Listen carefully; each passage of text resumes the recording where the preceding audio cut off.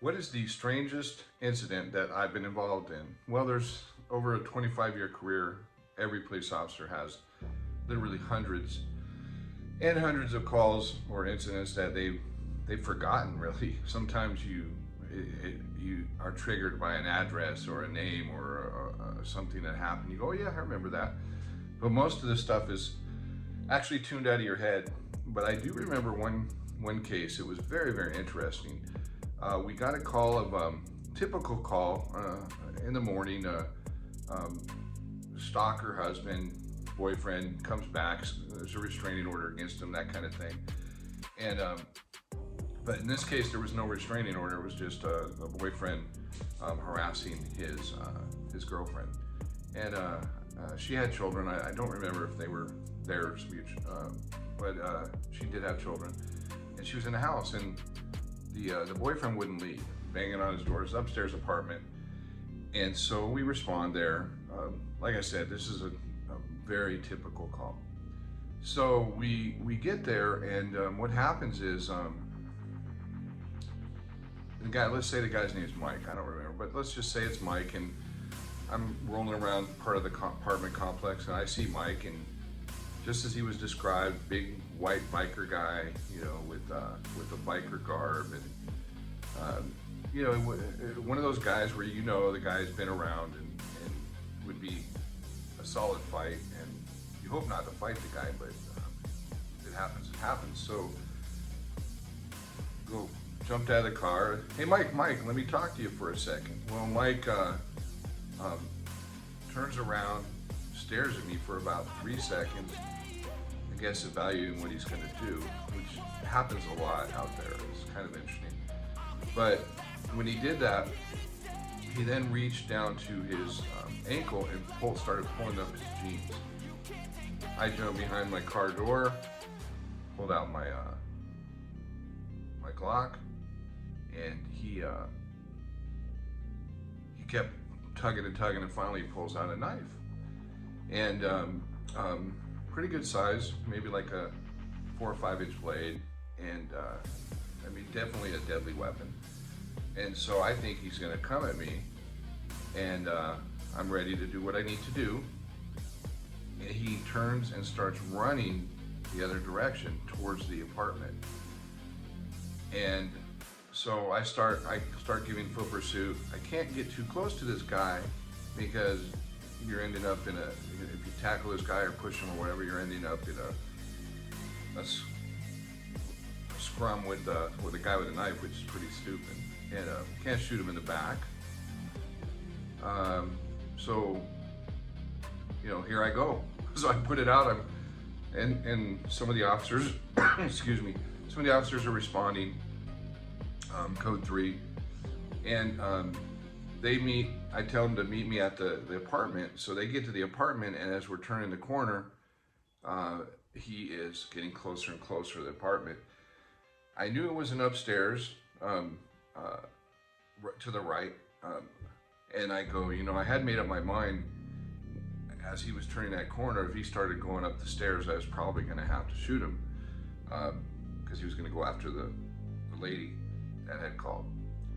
So he turned, he went around the corner, and he stopped in the courtyard.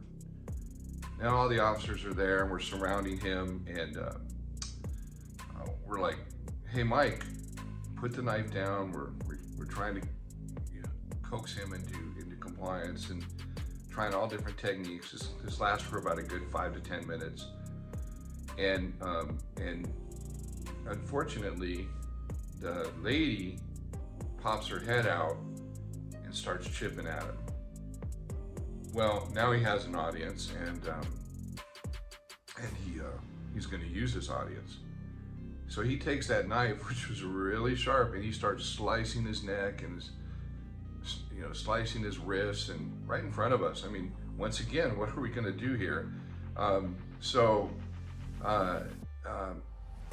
Sometimes he would look at her and scream at her, I loved you. And then he would show the knife to us and kind of dance around, and then cut himself some more. So blood was everywhere. And I'm going, man, you know what?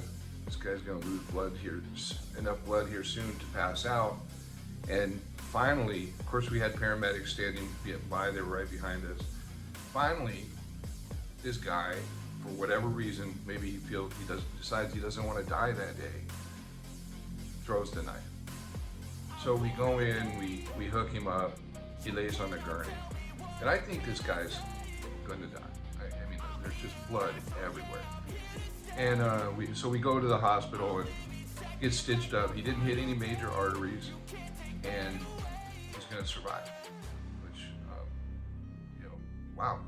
So after that, I took him to what we call 5150, where you take him for a mental health evaluation, and you're going to lodge them for 72 hours.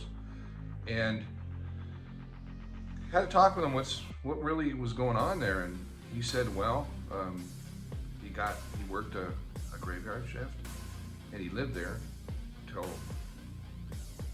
apparently that morning when his graveyard shift was off, and he showed up, and there was another guy in the house sleeping with her, and she said, you're done, you're out, he's the new man of the house, and that's the way it is. And she wouldn't open the door for him. She had changed the lock, or he did, the other guy. And that's what happened. He just snapped. Turns out he was not a bad guy at all. Just had that momentary snap. Didn't want to hurt us. Just was in his own little world. So you get interesting calls like that, and they stand out because it was just part of everyday life, and that goes sideways, and it was really interesting. Somebody said being a police officer is like having a ticket to the front row of the greatest show on earth. I believe that. I lived that. We all did. Everybody knows what I'm talking about. That was out in the streets. So anyway, all you police officers, retired only, who don't want to get the youngsters in trouble, if you feel like you have an interesting story to share or something you want to put out here, send it to our YouTube channel that you're watching this on, and get in contact with me. We'll vet to make sure that you're legit, and see what you can come up with. Let's have some fun. All right, thank you.